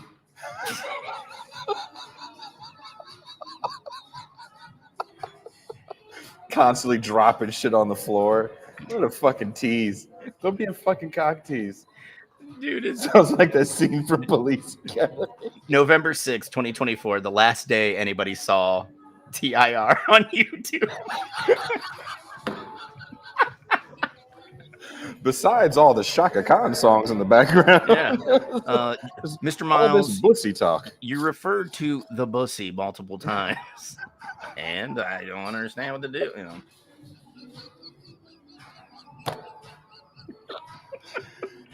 Like, I'm literally, Mac, no bullshit, probably 7-minute walk from the red light. Jason just goes up there. Women are like, it'll be, you know, however many pesos. He just hangs dong, and they're like, we got you. We'll do this one gratis. Okay. So I found out, okay, I won't get it. That's a different show. But that's where the bar is, right? The bar is in the red. It's like right at the entrance of the red light. So it is in the red light. And there was a brothel next to the bar. And as I was leaving that night that I was talking to you, and they never stopped me. Okay. They never stopped me. This was the one time someone stopped me. She's actually really cute too. She was like, "Hey," in Spanish. She's like, "Hey, do you want to come inside?" And I was like, "Nah, I'm fine." No, good. It's like, and she goes, "I can give you a massage," and I was like, "That's you don't want to. It's okay. Like yeah, that. No, thank you. I'm good. yeah. See, I at would this just be point, too sad." dude, at this point, I would probably just take the massage because like my whole body hurts. You know. She's like, "You ready for that happy ending?" I'm like, "Get back to my lower lumbar. Come on, man." That's the only thing I thought. Like, that's why our conversation lasted as long as it did. Because when she said massage in Spanish, I knew what she meant. And I was like, "Oh, dude, you have no idea. I think I tore something here." I was so like, "I'll keep my pants on. Like, I'll pay you whatever it is." It really hurts. And I was carrying some bags too. So I think she said, "Oh, it looks like one of your shoulders is a little lower than the other. Maybe you need Oh yeah, some yeah. kind Now of that you mention it, I am kind of. I mean, because no, like I I'm gonna have to- seriously like it was so bad. It was so bad. I had to do the look back like nah. Yeah, see, like I went out last weekend just on like I went out Friday night and like I didn't even drink much. I was just hanging out with a couple friends. And like Fayetteville's kind of gross. Like let's be honest, you've been here once or twice. It's not Yes. it's not the gem of North Carolina, if you will. Pawn shops and strip clubs And tattoo parlors, just like every other army town, right? tattoo. Yeah, I forgot about tattoo. Yeah. And so like we're at probably the nicest bar in Fayetteville. And my buddy's like talking to this woman the entire night, right? And she's gorgeous, you know. And my buddy looks kind of like me, except he's got like long Jesus hair that's gray like my beard, you know. And like she's just like overdressed, you know. Like I don't understand how she would wear that kind of dress and those heels, and you know, like just get done up to go to this place. And so he goes to take a piss. And I was like, "Are you like celebrating something? Like, because you're dressed very nice. I think you look immaculate." And she goes, "Oh, no, I'm just like an escort that's passing through. And I thought I can make some money tonight." And I was like, "Oh, no, no, no, no, no." Right. And so, like, the angel pops up on my shoulder and is like, "You have to tell your buddy, Mac. You have to let him know. He's in the words of the youth, he's trying to rizz up an escort, you know?" And then on the other shoulder was like the devil, and he's like, "Don't say a fucking word. Just let him roll with it." And so I was like, "Okay, devil, let's do this." So my buddy comes back from the pisser with like another couple drinks. And I'm sitting there, like I got a pint of Guinness and I'm just like sipping it. And I'm like, because I want to be in the right mind to watch this unfold. And he's sitting there talking to her and she's laughing. And, you know, she's doing like the arm touch and the shoulder touch. And my buddy's just eating it up, right? And he's like, "Hey, you want to like get out of here?" And I like kind of looked at him and I'm suppressing a smile. You know, I put my pint glass up and I'm just like, right? And she's like, "Yeah, we could do that, but it's going to be 400 an hour." And he was like, "Wait, what?" He's like, "You're working?" And she was like, "Yeah." And he's like, "Man, So I'm not that funny? No. No. And he goes, I think I can get 400. No. And he was like, you're in Fayetteville, right?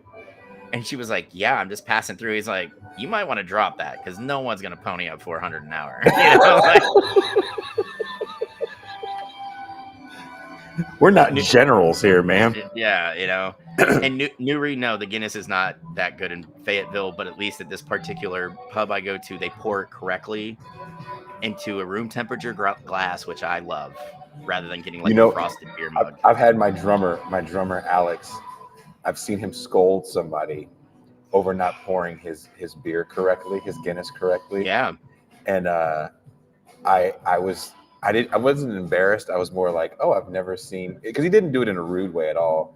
He was just kind of like, hey, you don't pour this like this. He was like, yeah. very upset. Then he climbs over the top of the bar. He's like, it's like this, Yeah.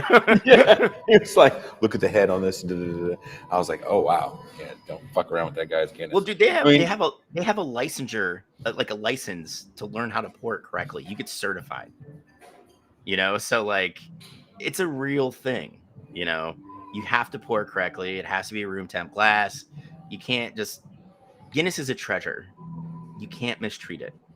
It's kind of like he said something along those lines. Yeah, like He said something a Guinness to me is like the long-tittied, flat-ass yoga instructor to you.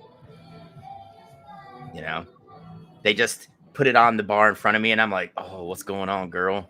I'm gonna get all up in your froth. Just let's go.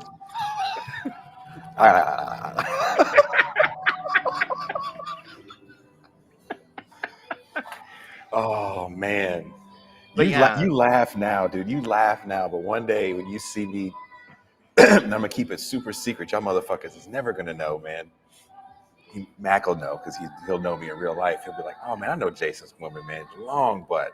Woman got a long butt. Nice woman, long butt. Yeah, I mean, very not cute quite, in the face, but long not butt. quite Sam Darnold's wife, long butt, but it's. If we're talking runways. Like Sam Darnold's wife is the main strip at LaGuardia. Jason's old lady is like newer. Okay.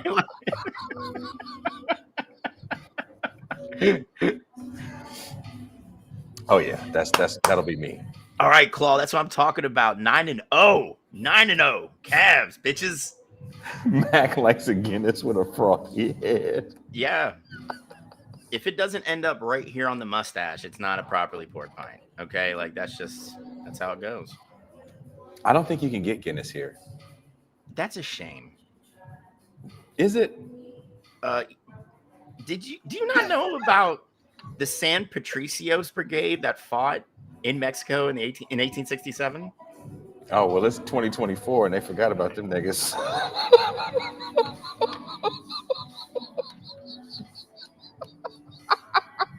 Wow. I'll tell you who they fucking remember. You know what's across the street from me? Caesar's. And you know what Caesar's is? The home of the Caesar salad. Oh, gross. Tijuana, yeah. Also, there's an Al Capone museum here because apparently the mob was chilling here. Super hardcore in the Prohibition days. Oh, that makes sense. Yeah. Yeah, like, not to be a downer, I just finished an amazing book, if you guys want to read some phenomenal history, by Giles Tremlett about the international brigades.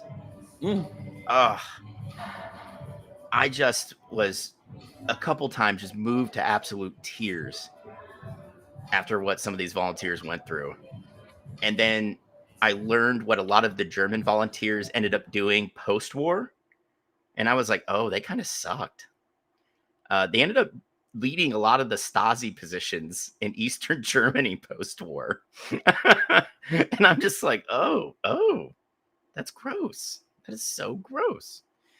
But yeah, if you guys want to check it out, it's a phenomenal book. It has a great breakdown of the brigades, which I'm very interested in. I'm trying to apply for fellowships to be a researcher at City College in New York, where like 15% of the American brigaders came from when they volunteered. So it's a very interesting part of history. I didn't mean to derail the dick joke part of, Beyond the Red Zone, but sometimes, yeah, I like to teach. If my universe aligned, I would be getting my PhD in 20th century Irish history, and I would just be a professor covered in tattoos with piercings, that did like 4 papers a semester. And other than that, it's just in room class discussion and we're chilling, That's what I would love to do. But unfortunately, I can't We afford live in a that world. shit. Yeah. And let's face it, universities and colleges are gutting history programs. So even if I got it, I probably wouldn't use it. So Well, look, it's late where we are, and Max said he wanted to get done early tonight, and yeah. I don't know what time this place is closing, and I have gotten some strange looks because no one knows who the fuck I am here, and they think I'm And just you've crazy. yelled bussy, which crosses all language barriers like multiple times. You would think. I think so few people have been like, I think I know what that American is saying, and he's foul mouthed. Well, obviously, yeah. I mean, see what we But need how to do do. you? We Go need ahead. to Go get ahead. some business cards with that just say "Watch TIR" with the link and just hand them out. Yeah, like this is me, by the way. There you go. Yeah.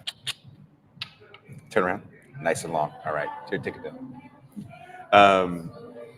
I kind of feel like doing the show next week from the barbecue place I was at.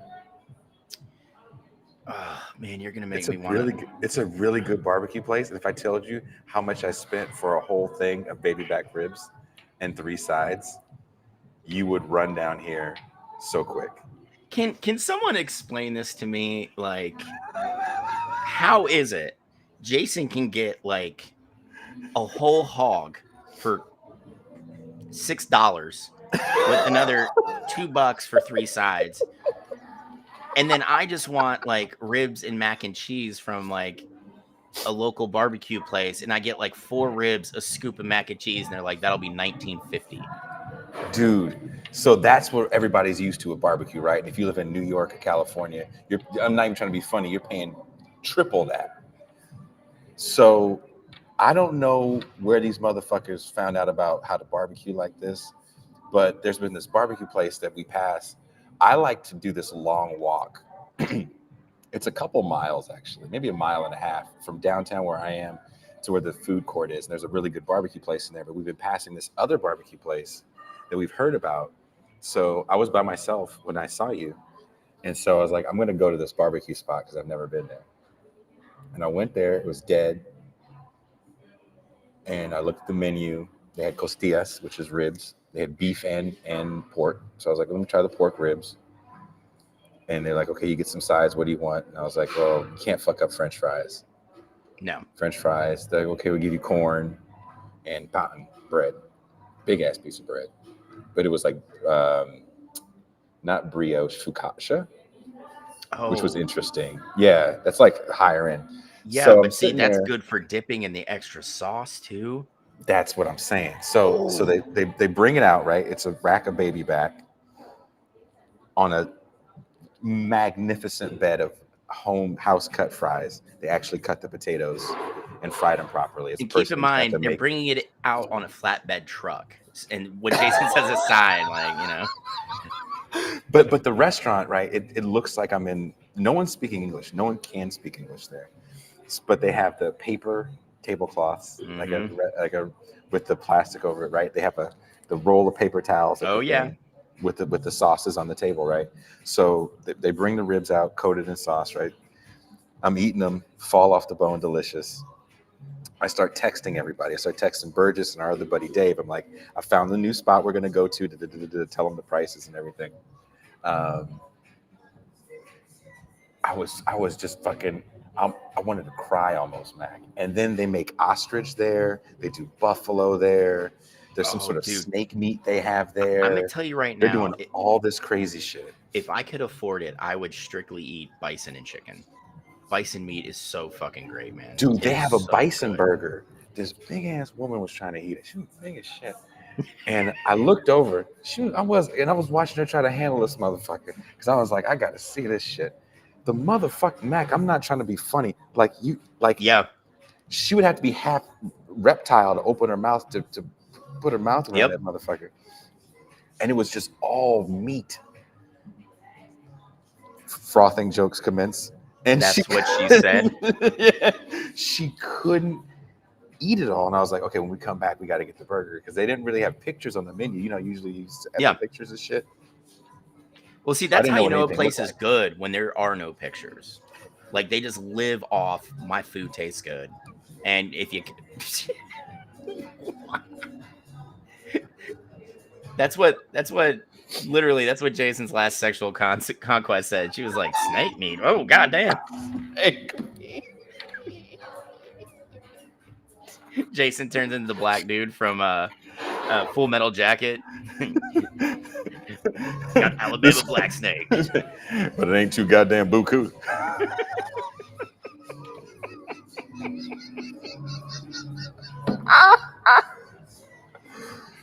So I'm thinking about maybe I'll go there next Wednesday and do the show from there, and then you guys can make all the glizzy, bussy, snake meat jokes you want. Dude, Kush hit it. Bussies and glizzies sounds like some New Orleans barbecue pit. It does. It totally does. If you've ever been there, this is the most French Quarter ass name ever. And like Bussy's a big fat white dude, and like he wears the shirt that's too small and it like comes up right above his belly button. You just know? a dirty ass navel. And Glizzy's like his like 90-year-old grandma who like has all the recipes for the sauces. You know, like now we make that good barbecue ham. What'd you say? What about that good barbecue? Oh God, he's Cajun. He's Cajun. Everybody, we can't. Don't communicate with him. Jason went to the palace from the Temple of Doom. Oh man. The Hill Street Blues guy. It was. Okay, here, Mac, before we go, I do have to read some of these comments. Yes. This is from Mercutio. In the back room of Mac's Coffee House Yoga Studio, you can get a backdoor coffee and a to go. That's right. I mean, no, we would never do that. Dr. Claus says the Cavs are on. Hopefully they hit 9-0, which they did. This was my favorite one. Was misogyny the revolution one of Prince's side gigs? Hunter, I think that was his side band right after Purple Rain, you know? Pro athletes are skilled labor, in my honest opinion. That's an interesting newer yank. I actually kind of agree with that. Yeah. Let's hope none of them speak English because it would get awkward for you, Jay. As of right now, we're okay. Moving teams is the most American capitalist thing ever. Laughing my ass off. Jesus, that is very true, bad Lefty. Yeah, Lefty, it really is. And that's a sad part because locales put such a high premium on having the team. So, like, you see so much lost when a team gets up and moves. And we've seen it over the last 10 years in Oakland. As 3 professional teams, Oakland went from having 3 out of the 4, and even at one point had one team from each of the big 4 in the United States, to having none now. You know, so it really is the most American capitalist bullshit. Do the Browns know they're in a football town? That's funny and mean at the same time. Yeah. And not since the Callahan years, the Oakland Raiders were serious contenders. I agree. Yeah. No one can dispute that. Yeah. And that's been 20 fucking years. No one can dispute that. Oakland is being treated like a third world city by these pro sports teams. Virtuoso, I agree.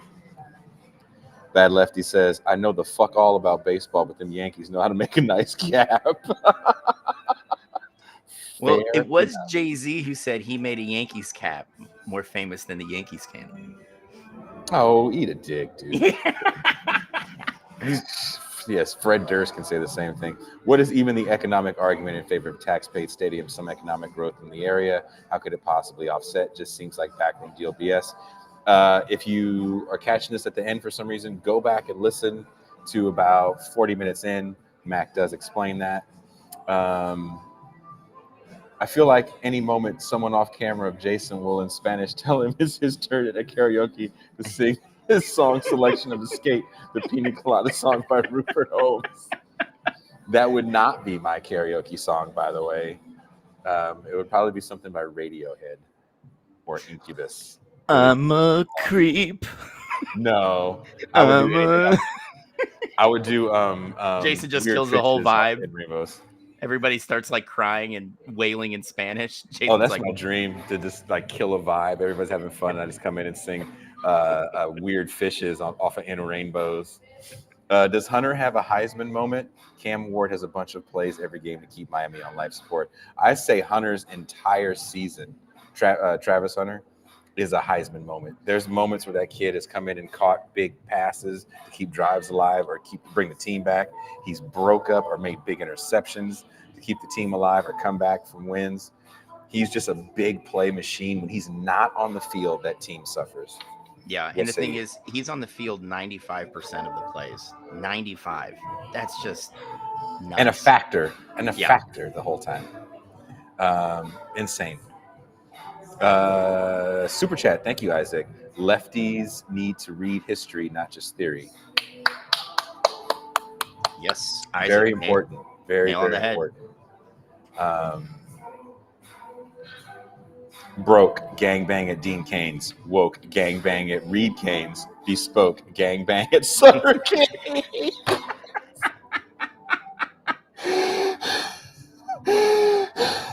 Sutter Kane is a character from a John Carpenter movie, a Stephen King-like character. Oh, where if you read his book, you go crazy and kill people. After the gangbang or before the gangbang? It's after the gangbang. Hey, well, Dr. Smurfo, we have a standing rule here on Beyond the Red Zone: is we all hate Dana White. That's the standing rule. So I'm not a fan of Dana White. Yeah, he's what the fuck is a milk frother? You bougie bastards! You turn in your secret commie cards. LOL. Tony, all I have to say is, if you ever make it down to Mexico and you come to Casa de la Miles, you will have a mocha with frothed milk and maybe a little foam heart in there. Well, Tony already copped that. He's been on Amazon and he got a milk frother. So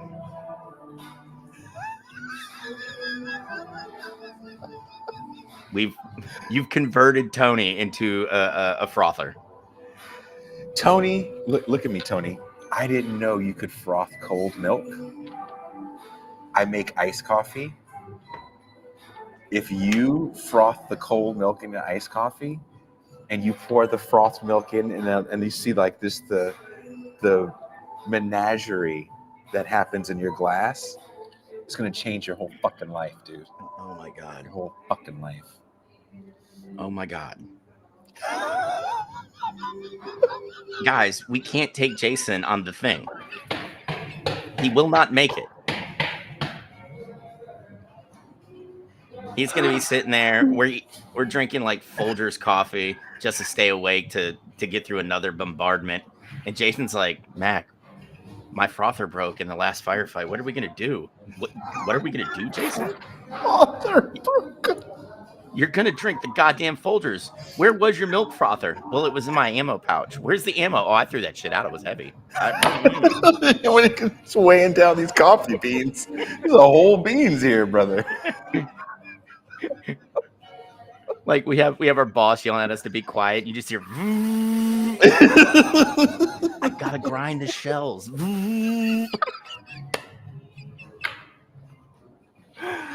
I got some. This is great for cold brew. What are you talking about? Arabica, Mac, Arabica. The hipster left us back to hipster pipeline.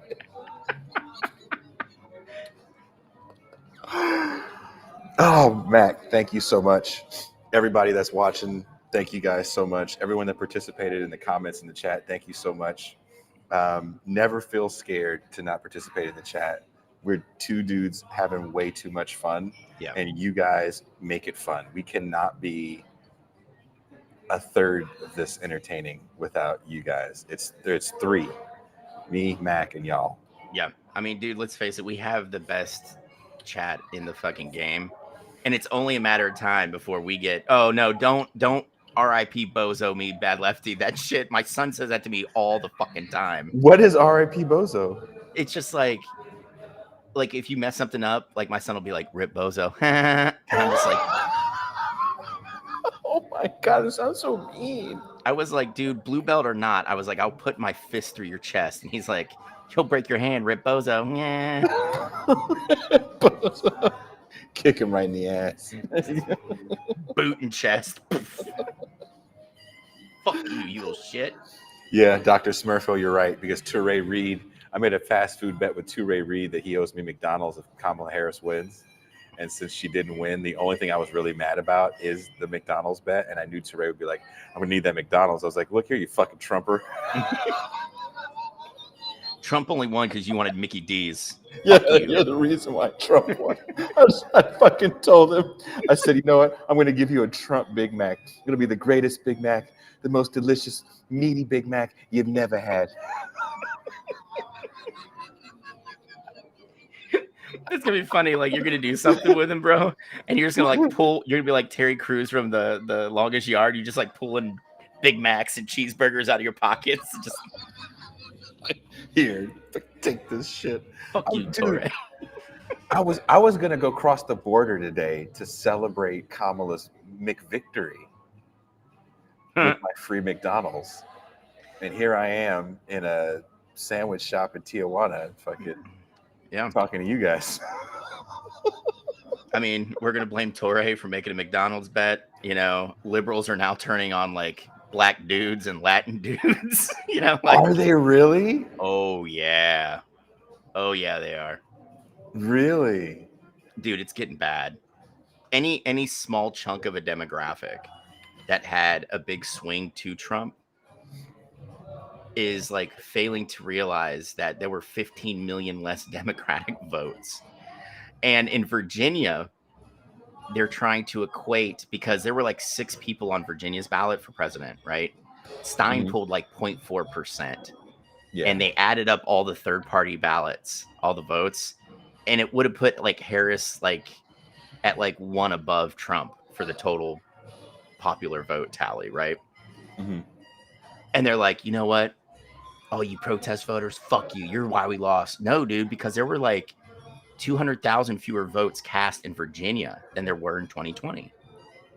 It's like, bro, it's not the third party voters. It's like I said in 2016, it wasn't a third party vote that torpedoed Clinton. What torpedoed Clinton and Harris was running a shit campaign. And it was. Or let's look at it this way. Or was it? Because they won the popular vote. Or was it a GOP victory? Yeah, I mean, I'm with you there. But like for me, when I look at it, when you abandon, and we're talking Clinton here, when you refuse to go to Michigan, Wisconsin, Indiana, Illinois, going into the final week, you made your bed, now you get to lie in it, right? Like those are states that you have to be in, you know? But it was funny last night, you know, when the polls closed, you know, I popped open CNN and, you know, things are trickling in. And I was like playing Fortnite and fucking around. You know, I wasn't really paying attention to it. And then like at 10:30, when I saw that she hadn't even made a dent in any of the swing states, I was like, she's cooked. It's game over, you know? And I think we need to update before we go. We need to update what a swing state is. We don't have 7 anymore. We have 5 because Florida is now the Texas of the Southeast and Ohio is the Texas of the Midwest. Those are red states. Through good or bad, they are both red states, and they're going to stay red states for quite a while, you know? So like the ability to swing elections now, it's done. It's over. Like we went from 7 to 5. And again, let's remember that the campaign that Donald Trump ran is very similar to the one he ran in 2016. And what we have to remember, that unlike 2020, America is quote unquote back to normal. So people aren't going out to vote. Yeah. Like they did in 2020. And that's how people like that win elections. And assuming that people give a shit about the things that people that watch shows like this give a shit about is insane, because people care about pop culture bullshit. Yeah. You know, it's just pop culture bullshit. But we can't end on a downer. So everybody just get in your mind. We'll get that first episode of ACAP cooking out. We're not going to have any splatter foods. We'll keep it kind of tame the first episode until we figure out if Jason needs like a face shield for bacon, or maybe we put his junk in a sock like Flea from Red Hot Chili Peppers. We're going to take precautions. We don't want Jason to get damaged in all this. And just to throw a wrench in it, what I'm going to do is find a long-tittied, flat-ass yoga instructor to just be naked in front of him while he's prepping the dish. So it'll be like, Jason, if this tastes good, you get to go on a date with our guest here. But if it doesn't, she gets to put your junk in the freshly prepared dish. So Can she have yoga pants on, but not those cool compression ones, but like yoga pants and like regular ass drawers, so it just looks weird from the back? yeah, we can do that. Okay. If we can do all those things together, yeah, it's a lifestyle channel. Yeah. That's the goal. Yeah, and you don't want to make goulash on the first one, because if it doesn't taste good, your junk's going in it, and we all know goulash stays hot for like a day or two afterwards. So sublation aerobics and that. I dude, you don't know how bad I wish we could do the show from the fucking bar, dude. I think if we can do the sports show weekly from the bar here in TJ, the views would go up, and Mac would just smile so much more.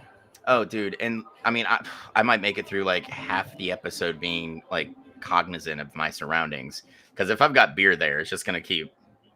I told you, it's the bar where you ask for a beer and they give you a 40 and cups. Oh, yeah, I'm okay with that. Oh, we have to go now. You hear who's on. You can hear that? You can hear that? Oh, shit. Okay, I'm so sorry. Jason's. Travis Kelce's girlfriend's playing. We have to go. Otherwise, we'll never get on again. Shit. Thank you guys so much for hanging out. I'll be back tomorrow night with a great show with Dr. Clara Matte about austerity and the history of austerity and what she calls the 3 pillars of austerity. It's very interesting. I'm excited for you guys to watch this book. I think it's going to be very important, especially if people have certain feelings about what just went down. Regardless of however you felt, whoever would have won, this still is a very, very important show. So I'll see you guys tomorrow. Mac, thank you so much. Love you guys. And we are out.